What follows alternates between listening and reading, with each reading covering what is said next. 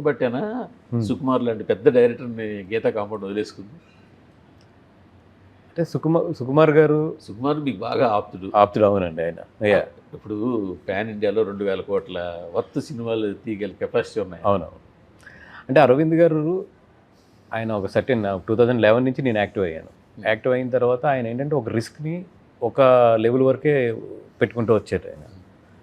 అంటే అప్పుడు ఆయన జర్నీలో ఏంటంటే మీరు వెరీ క్లియర్గా చూశారు కదా, ఏ సినిమాకి ఎప్పటి వరకు ఎలా రిస్క్ చేయాలనేది ఆయనకు ఒక ప్యాటర్న్ ఉంటుంది. సుకుమార్ గారు మాది ఏంటంటే అది apart from the film very strong bonding అండి అది. ఆయన మైత్రిలో బాగా సెట్ అయ్యాడు ఆయన. ఇప్పుడు ఒక్కొక్క డైరెక్టర్కి ఒక్కొక్క కంఫర్ట్ ఉంటుంది.